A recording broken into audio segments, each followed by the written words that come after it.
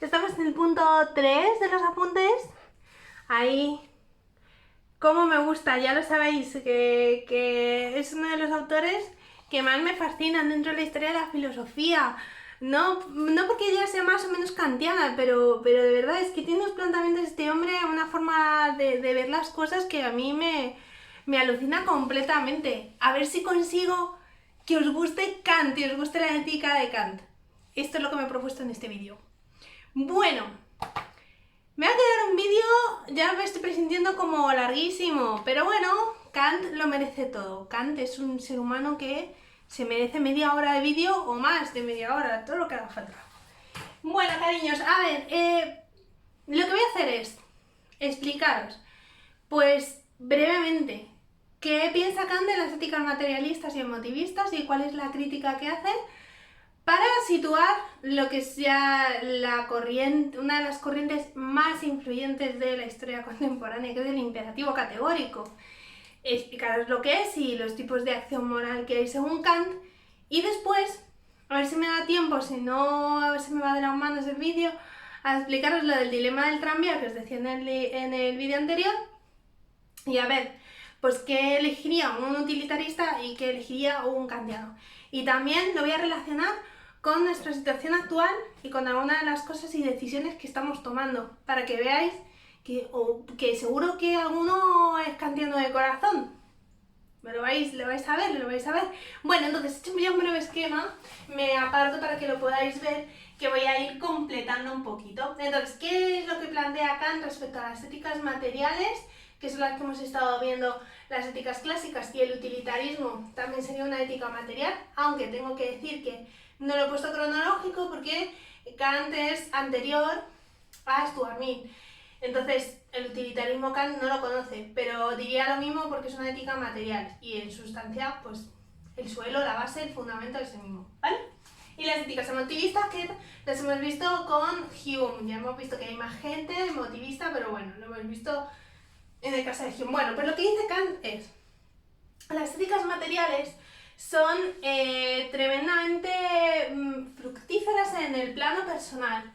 Es decir, que nos dan bastante buenos consejos para vivir. Lo hemos estado viendo, jolín, qué bonitos los textos de los hedonistas, de los estoicos, ¿no? Sobre las grandes preocupaciones del ser humano, sobre cómo llegar a conocerse a uno mismo, etc. Y todo eso en el plano personal, dice Kant, normalmente pues nos dicen cosas muy interesantes y muy buenas, ¿no? O sea, muy aprovechables. Pero el problema es que la ética, para Kant, tiene que ser algo más. Es decir, tiene que ser universal, para todos, y afecta a, o sea, los principios morales tienen que ser también que los adoptamos todos. Y entonces nadie adoptaría los principios del hedonismo si no acepta lo que es el principio fundamental, y es que el fin último del ser humano es la felicidad. Porque para otra persona podría no serlo, dice Kant. Esta es la primera. Aparte, las éticas materiales no promueven algo que a Kant le interesa muchísimo, que es la autonomía personal, la libertad. ¿Os acordáis al principio curso que veíamos el texto de Kant, de la mayoría de edad, etcétera, y cómo la gente no piensa por sí misma, y planteaba Kant esa necesidad de que nos hagamos mentalmente adultos, es decir, que pasemos a la mayoría de edad? Bueno, pues esto hay que unirlo con lo que vamos a ver hoy, porque efectivamente para Kant el fundamento de la acción moral es la libertad.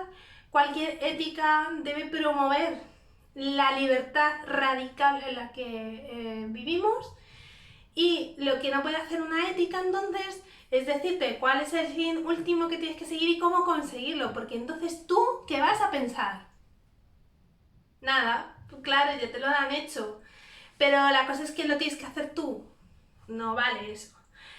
En ese sentido, la misma crítica vale para la religión, diría Kant. Kant era religioso, pensaba. Pero la moral está por encima. O sea, no puedes escudarte, es que mi religión me lo dice y ya está. Entonces, no voy a cuestionar esto. No. Porque la cuestión fundamental es que nosotros elijamos el fin y elijamos los medios para alcanzarlo. Y la ética debe promover la libertad de la persona, la libertad de pensamiento y el pensamiento crítico. Sin eso, la ética flojea. Entonces lo que él piensa es que las éticas materiales no promueven la libertad humana, no promueven la autonomía. Vale, entonces os pongo estas dos cosas. Las éticas materiales, por un lado, no promueven la autonomía.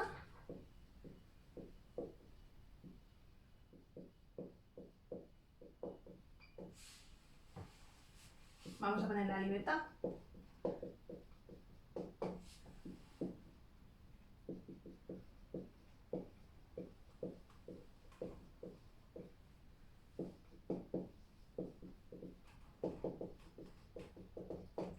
Y hay que aceptar que el fin último del ser humano es la felicidad. Si yo no acepto que el fin último de mi vida sea la felicidad, entonces no tendría por qué acatar ninguna de las leyes, ni tendría por qué adoptar ninguna de las normas que me dice una ética material que haga, ¿vale? Por ejemplo, visto del lado del utilitarismo, ¿a mí qué importa la felicidad del otro? ¿Me da igual? Pues entonces no se me aplica. Y eso es para Kant un problema. Problema de las éticas emotivistas. Bueno, pues que basar la moral en un sentimiento es algo muy subjetivo.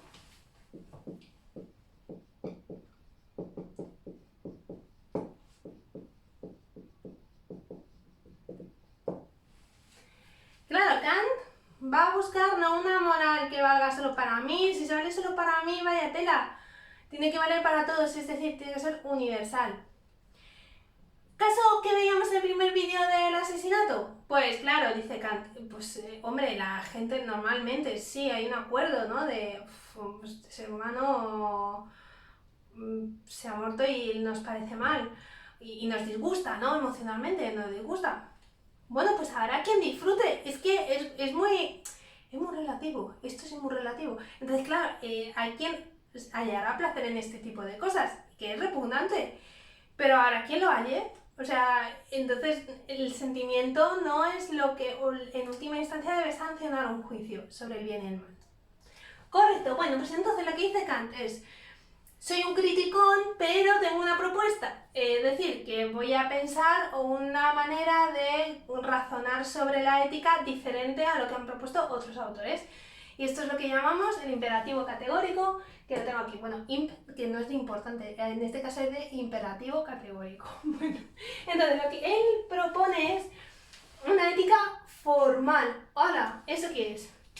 Pues muy importante este término, porque formal se opone, es distinto a material. Vale, eso quiere decir que Kant no nos va a decir ni cuál es el fin último del ser humano, ni cómo conseguirlo. Cada cual tendrá que ver cómo actúa. Pues sí, no nos puede decir eso. Vale, entonces, el primer paso de la ética formal es que no tiene un contenido. Jolín, pues vaya. ¿Porque Kant era un pedazo de vago que no quería decirnos contenidos? No, porque si nos dicen ya lo que tenemos que hacer, entonces volvemos a una ética material. Y no queremos. Vale, pero además, y esto es lo grande, tiene que ser una ética que nos obligue. Eso significa deontológica.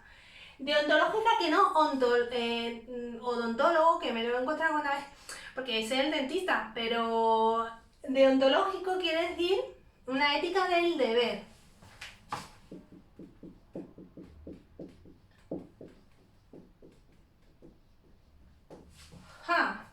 Es decir, que no me puedo saltar yo la regla. Tiene que valer para todos, o sea, es algo que nos obliga a actuar de una forma. Pero eso no es, profe, un poquito raro. Majo, es raro de la leche. Pero es que esa es la grandeza de Kant. Esa es la grandeza de Kant. Porque claro, lo que va a hacer Kant, que es que esto es lo que a mí me fascina y me vuela la cabeza, es que encuentra una manera de proponer unos principios que obligan, pero no dicen qué tienes que hacer. Y eso le hace un grande. No sé si estáis conmigo en esto, pero ahora me estoy imaginando que estáis todos conmigo en esto y estáis diciéndome en clase: sí, profe, sí, seguro que sí.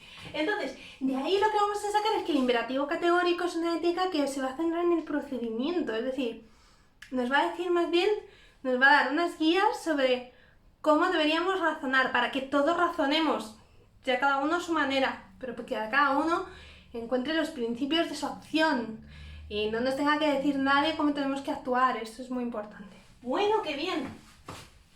Bueno, entonces, la propuesta que nos lo he puesto aquí es el imperativo categórico.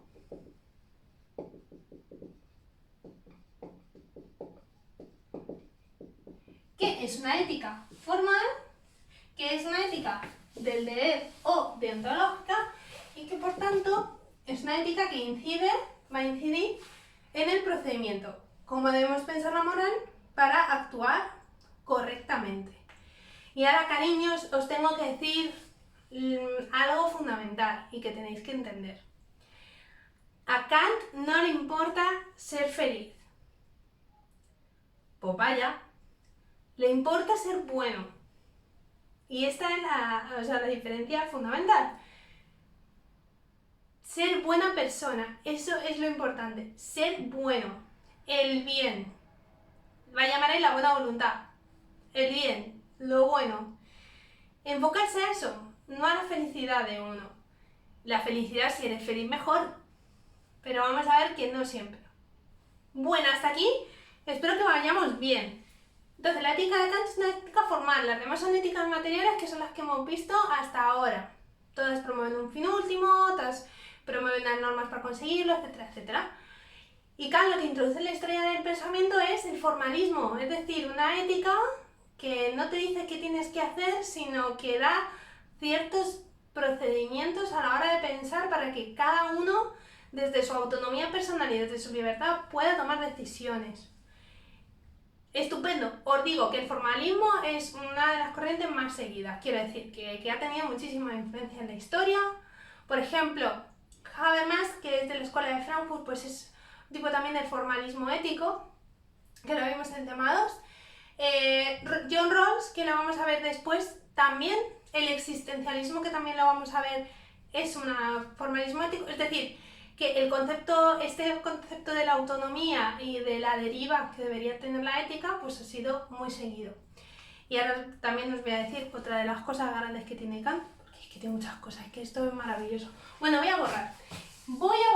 Y ahora vamos entonces con qué es el imperativo, o sea, cómo consigue Kant esta cosa, ¿no?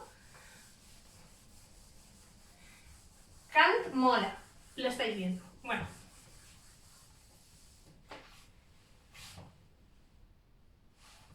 ¿Y el negro?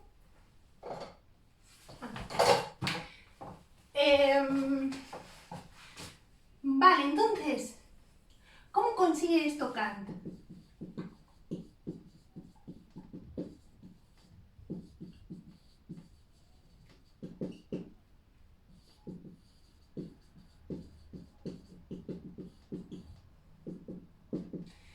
Pues sí, siendo muy inteligente como era. Bueno, ¿cómo lo consigue? Bueno, pues va a formular una ética. Ya hemos visto que es el imperativo categórico. Y esa ética se va a componer de unas máximas, es decir, de unos principios que como tal están vacíos de contenido y van a incidir en cómo deberíamos pensar nuestra acción moral para que cada uno llegue a las conclusiones que tenga que llegar.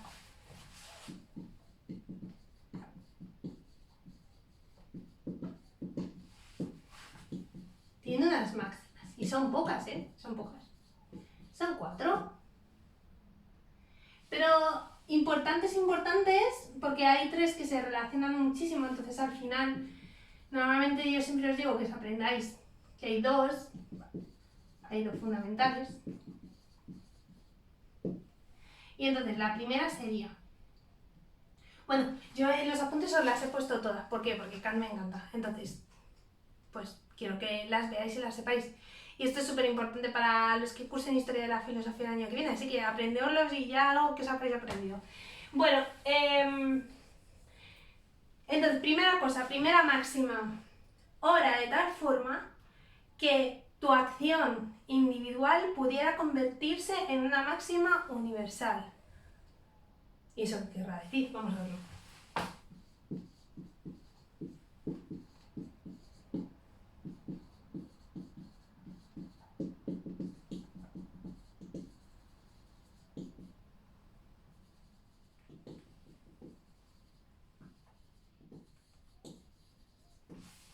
Vale. O sea que cuando yo pienso lo que debo hacer o que cuando no sé qué decisión tomar, tengo que pensar cómo sería vivir en un mundo en el que todo el mundo tuviese un principio como el que yo quiero adoptar. Cuidadillo, no solo con las consecuencias que se darían, sino si yo puedo aceptar y me gustaría que ese principio mío se convirtiese en ley universal. Ejemplo, que esto se tiene muy bien con un ejemplo. Bueno, el año pasado, como hicimos los vídeos de Tika, hubo un grupo que me hizo, claro, le tocó Can, y hicieron un vídeo en el que ponían distintas situaciones y cómo actuaría Can, se lo hicieron fenomenal. Lindísimos, ¿cómo eran ellos? Bueno, entonces, claro, ponen una situación que me gustó para explicarosla, o sea, que se lo cojo a ellos, y es, imaginaos que se le cae a alguien una cartera y vosotros lo veis, ¿no? Pero la persona no se ha dado cuenta. Y claro, uno piensa, pues me quedo, ¿qué hay aquí dinerillo? Me lo quedo para mí. Y dice Kant, vamos a razonar sobre esa acción. Yo no te voy a decir si lo tienes que hacer o no. Pero ahora piensa que lo que tú hagas tienes que ser un principio que no valga solo para ti, sino que valga universalmente. O sea, que tú pudieras vivir en un mundo en el que ese principio fuese un principio rector. ¿Tú crees que puedes vivir en un mundo en el que está permitido quitarle a otra persona su propiedad porque no se ha enterado? No vamos a pensar en quitarle su propiedad robándole. No es un robo como tal, no es un hurto. Pero si es verdad que, dice Kant, piensa si te gustaría vivir en un mundo en el que la gente adoptara ese principio moral.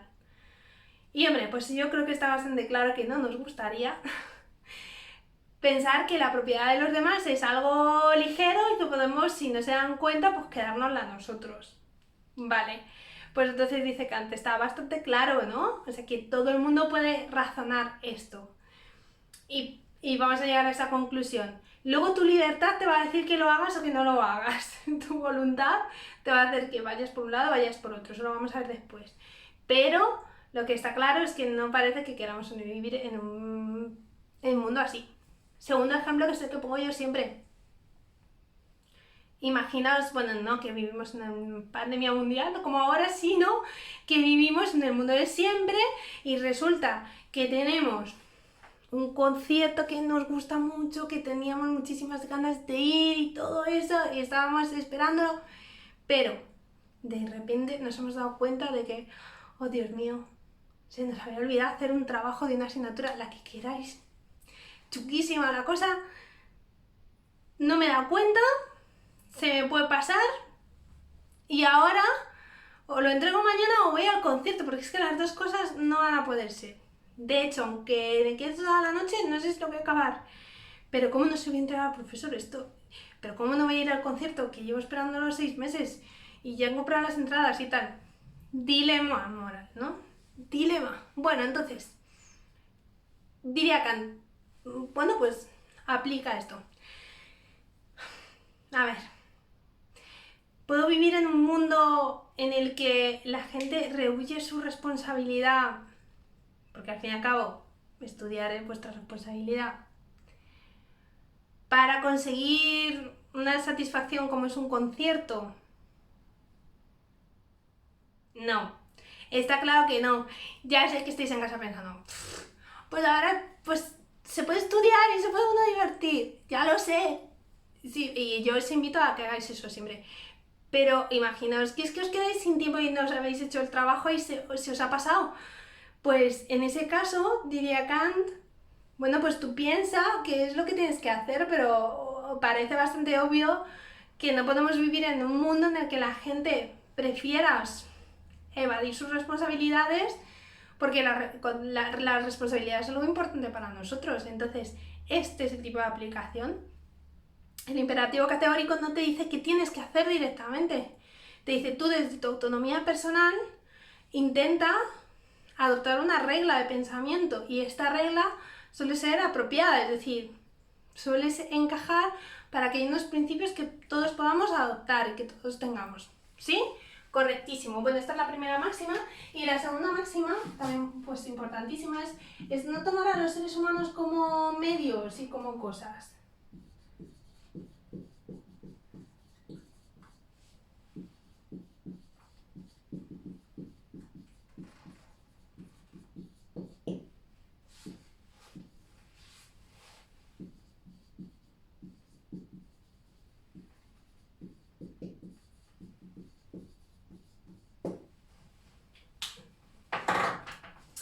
Bueno, entonces, no tomar a los seres humanos nunca como seres, como cosas, perdón, como instrumentos, como mercancías, como moneda de cambio, sino como fines en sí mismos. Es decir, son seres que tienen valor por sí mismos, que tienen dignidad por sí mismos. No podemos tomarlos como un medio para. Importantísimo esto. Porque esto, cariños míos, nos lleva al concepto de la dignidad. Y el concepto de la dignidad hoy lo tomamos prácticamente como un axioma ético, es decir, como algo tremendamente indiscutible, y esto es lo que fundamenta los derechos humanos. Entonces, fijaos qué importante esto. O sea, lo que dice Kant en el siglo XVIII, XIX, principios del XIX, esto es un poco hoy nuestra tabla de salvación para salvaguardar las libertades y los derechos fundamentales de los seres humanos. ¿Por qué? Porque los seres humanos los tomamos siempre como cosas y históricamente siempre ha sido así. Y lo es. Y lo es. No debería serlo, pero y lo es. Pero es Kant el que dice, cuidado, no puedes tomar a un ser humano como una cosa porque las cosas del mundo y los seres humanos son diferentes. Tienen valor por sí mismos y tienen dignidad. Debemos preocuparnos por ellos, por garantizarles todos los beneficios y todos los derechos y todas las libertades que su persona conlleva. Entonces, no los podemos tomar como moneda de cambio, no podemos, ¿vale? Ahora, hoy, esto que os quería, de lo que os quería hablar, problemas, por ejemplo, o dilemas en los que nos vemos hoy, por ejemplo, ante la situación que estamos viviendo. Bueno, cuando nosotros hemos querido quedarnos, bueno, no hemos querido quedarnos, pero nos hemos quedado en casa todos, a pesar de pérdidas académicas, económicas, etcétera, etcétera, lo hacemos en base a esto. Porque nos preocupamos por los demás y porque nos preocupamos por la salud de todos y porque queremos que todos los seres humanos sean atendidos en la salud pública. Si la salud pública colapsa, es imposible atenderlos. Es por esto que nos hemos quedado en casa. Porque un principio de utilidad económico, no digo del utilitarismo, digo de utilidad económico, que por ejemplo Boris Johnson quería aplicarlo o ha tenido que dejarlo de lado, es, bueno, pues nos inmunizamos todos, que es lo que decía él, pues nos inmunizamos todos y aquí ya está. Bueno, eso atentaría contra esto, porque claro, estás tomando a los seres humanos meramente como medios, porque tienes un valor que él cree que es más fundamental, que es la economía. Y nosotros somos instrumentos para generar un beneficio económico. Vaya tela, ¿no? Pues esto, por ejemplo. Claro, ¿qué está pasando? Pues que lo hemos estado viendo y lo vemos, ya un poco menos mal, pero hemos tenido que elegir cosas terribles, como si hay que elegir entre salvar a una persona mayor y una persona más joven, pues los médicos están aplicando criterios que atentan contra esta idea y que atentan contra sus propios principios, porque no pueden asumir las consecuencias, claro. Es como tendrás que dárselo a la persona que más opciones tenga de vivir. ¡Qué terrible! Eso es terrible. Porque eso sí se está fijando nada más en las consecuencias. Para nosotros todos los seres humanos son iguales en dignidad. Da igual que seas hombre, mujer, rico o pobre, extranjero o no, todos valen lo mismo, y mayor o joven, ¿no? Pero claro, nos estamos viendo en esta situación en la que los dilemas morales son así, tenemos que elegir entre nuestro principio o las consecuencias que se derivan de él, ¿no? Y normalmente en nuestra sociedad intentamos quedarnos con el principio siempre, Pero bueno, pues ahora estamos en esta situación tan terrible, tan angustiosa moralmente y humanamente, precisamente porque estos principios los tenemos que dejar de lado, ¿no? Vale, pues bueno, ya veis que la ética de Kant viene a ser una cosa importante, ¿sabes? Bueno, y entonces, lo que dice Kant, y os decía yo antes, es, si es verdad que, a ver, que uno cuando razona cómo tiene que actuar, casi siempre uno llega a la conclusión de lo que tiene que hacer, pero lo que diría Kant es, una cosa es que tú llegues a la conclusión correcta y luego otra cosa es que la hagas. Como decía mi profesor de ética en la facultad, está el razonamiento, pero luego están las ganas, y es que las ganas son muy importantes. Esto se lo voy a coger a él, que era un... Bueno, es un hombre maravilloso, y él siempre decía esto, pero es que es verdad. Una cosa es el razonamiento y otra las ganas. Bueno, entonces, lo que dice Kant. Va a distinguir tipos de acciones morales.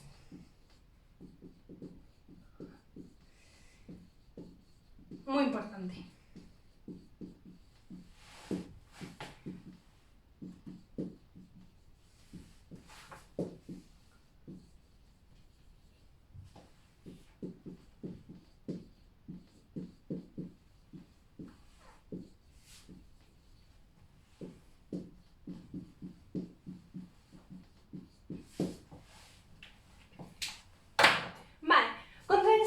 Conforme al deber y por deber. Esta es la categorización de los tipos de acción moral. Vale, cuando nosotros decidimos hacer lo contrario que nos dice el imperativo categórico, es decir, ir al concierto y olvidarme que tengo ahí un trabajo o quedarme en la cartera del otro porque no la he visto, sé que no es correcto, pero va a ser, pues entonces es una acción inmoral. Está contrario al deber, ¿vale? Es contrario a lo bueno o lo que va a llamar Kant la buena voluntad.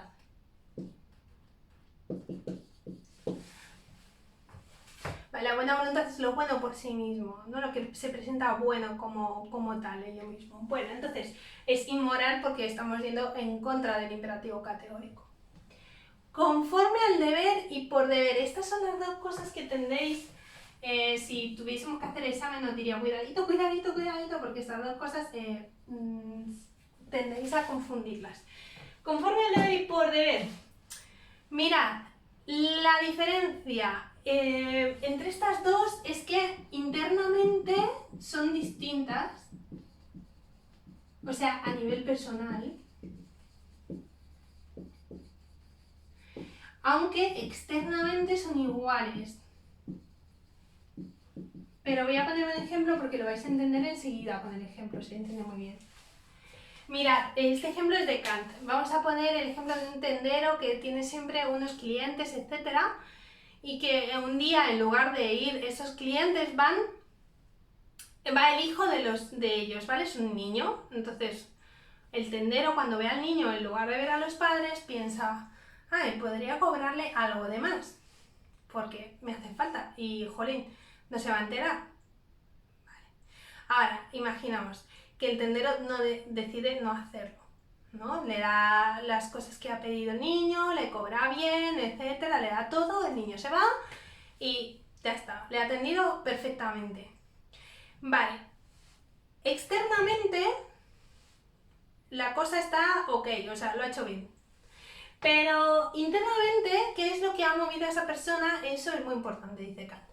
Porque claro, internamente él ha podido barajar distintas opciones que hayan hecho, que le hayan hecho decidirse por una u otra cosa. Por ejemplo, ha podido pensar, jolín, timo al niño, pero luego los padres se dan cuenta. Si los padres se dan cuenta, entonces seguro que al final vienen y, o sea, o vienen a reclamarme o pierdo a estos clientes y a la larga peor.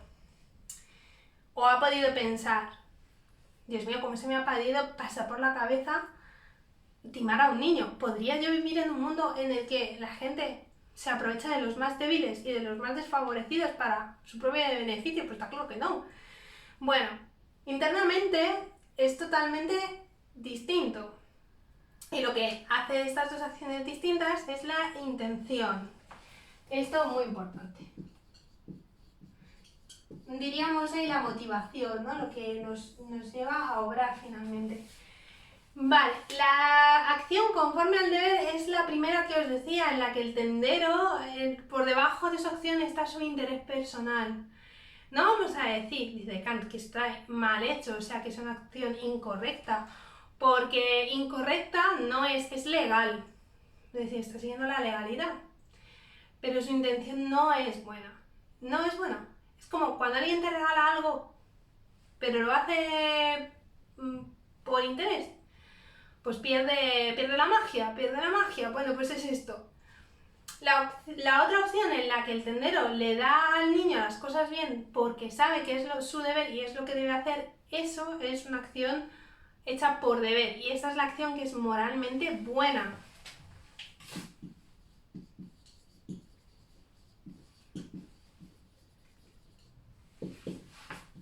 Y esto es lo que os decía antes, es legal.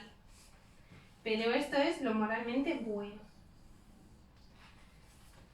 Claro, majos, lo que dice Kant es una cosa muy importante y es la intención última que motiva una acción es donde reside la moralidad de la acción. Pero esa intención, dice nuestro filósofo, muchas veces ni nosotros mismos somos conscientes de ella.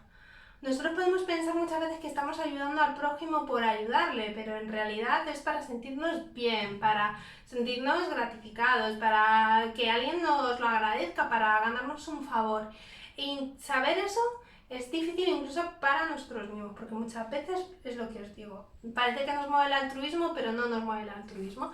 Entonces, lo que dice Kant es la única manera de obrar moralmente bien es que tu intención coincida con esto, con el deber. Si no, realmente estás siendo correcto legalmente, pero no moralmente.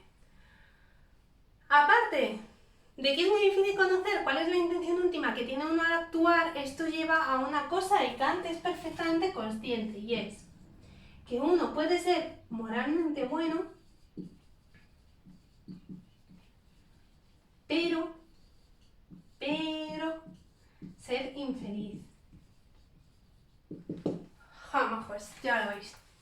Pues sí, porque a lo mejor yo me he quedado haciendo mi trabajo y es mi deber, y no en el concierto, y hombre, pues no me lo pasa tan bien haciendo el trabajo que yéndome al concierto.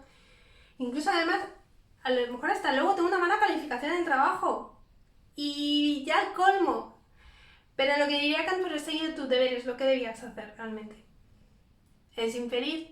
Pues esto es lo que hay. Lo que dice Kant no es que haya que ser infelices.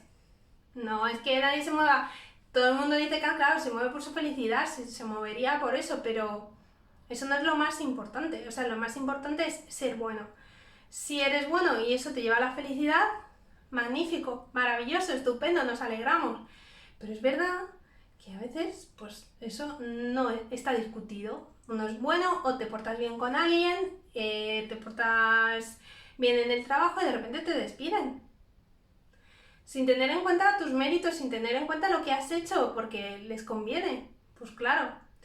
Pero lo que dice Kant, de ahí no debes extraer la lección de voy a comportarme como un capullo de aquí al final de mi vida, porque lo mismo me tratan de una manera que de otra. No, tú tienes que ser moralmente bueno, o sea, correcto. Y luego la vida te tratará de una u otra manera. Bueno, en segundo bachillerato explico cómo Kant solventa esto, pero de momento os voy a dejar ahí con la intriga. Y me voy a despedir, está quedando un vídeo larguísimo como ya me imaginaba, con lo del dilema del tranvía, así como cierre. Bueno, el dilema del tranvía, que ya os lo conté, es este tan clásico que hay un tren, ¿no?, que va a atropellar a 5 personas y nosotros estamos ahí y estamos así horrorizados de, oh Dios mío, el tren va a atropellar a 5 personas y el dilema nos pone en esta situación. Tienes una palanca que desviaría el tren y entonces atropellaría a una persona que está en otra vía. Es que no sé si pintarlo, porque igual así en abstracto... A ver, rápido, ya prometo que os dejo. Bueno, ¿cuánto mi arte? Atención. Esto, majos, es un tren. Y esta es la vía del tren. Muy bien. Y vale, ahora nos imaginamos que aquí hay 5 personas.